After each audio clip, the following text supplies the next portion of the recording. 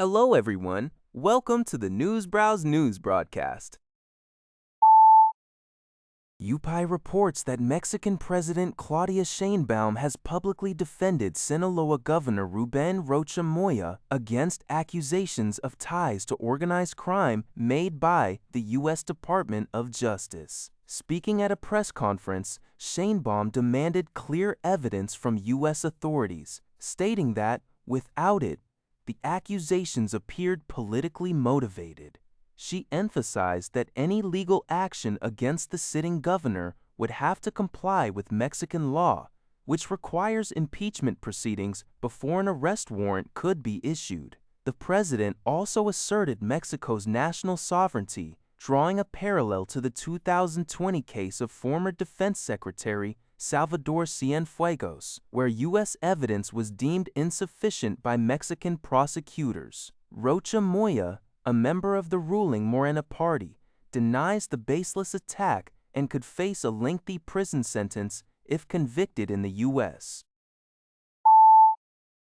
A major fire broke out earlier this week on the USS Higgins, a guided missile destroyer and a key component of the Navy's forward presence in Asia, CBS News reports. The incident reportedly knocked out electricity and propulsion on the vessel, though no U.S. service members were reported injured as of Wednesday.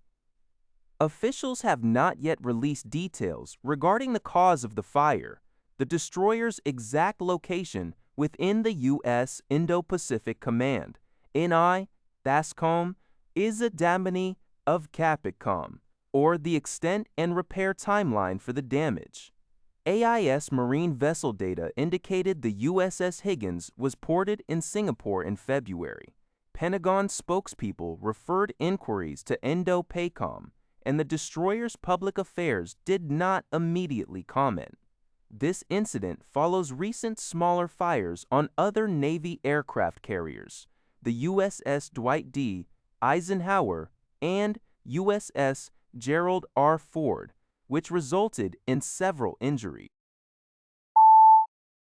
Global News reports that Canada's government, led by Prime Minister Mark Carney, is under fire from Conservative MPs and international allies for its failure to proactively challenge Iran's recent nominations to United Nations bodies.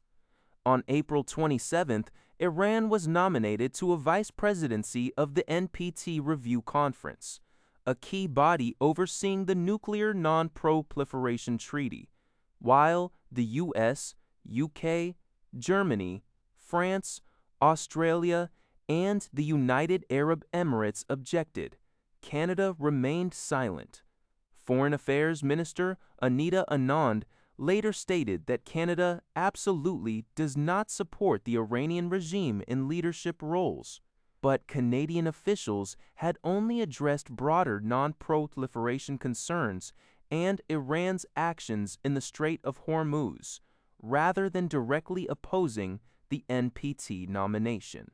Critics argue that Canada's inaction is tantamount to tacit approval, especially after Iran was also nominated to the UN's Economic and Social Council earlier in April without Canadian opposition.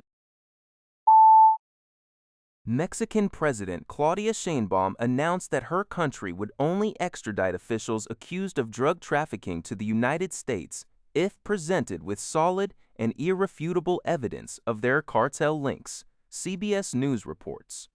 The U.S. Justice Department recently charged Sinaloa Governor Ruben Rocha Moya and 9 other Mexican officials, all members of Sheinbaum's left-leaning Morena party, with collaborating with the notorious Sinaloa Cartel to distribute massive quantities of narcotics to the U.S. Sheinbaum emphasized that without such evidence, the accusations would be seen as politically motivated. This marks the first time the U.S. has publicly accused a sitting Mexican governor or other high-ranking official of narco-trafficking. Rocha Moya vehemently denied the charges, calling them an attack on national sovereignty. He was a staunch ally of former President Andrés Manuel López Obrador, known for his hugs not bullets policy. The indictment also detailed gruesome torture methods allegedly used by the Sinaloa Cartel's Chapitos faction. CBS News reports that metal detectorists in Norway have unearthed over 3,150 silver coins dating back to the Viking Age, marking the largest discovery of its kind in the country's history. The hoard was found in a field near the Norwegian village of Rena in Landet County.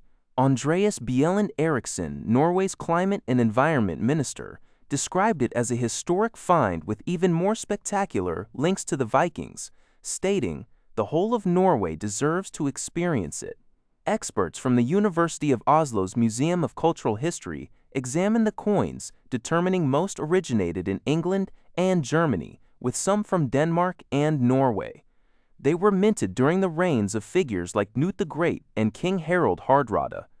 Likely deposited between the late 10th and early 11th centuries, this treasure provides new insights into Norway's economy during a turbulent period of political upheaval and Viking expeditions. That's all for this video. Thank you for watching. See you in the next video.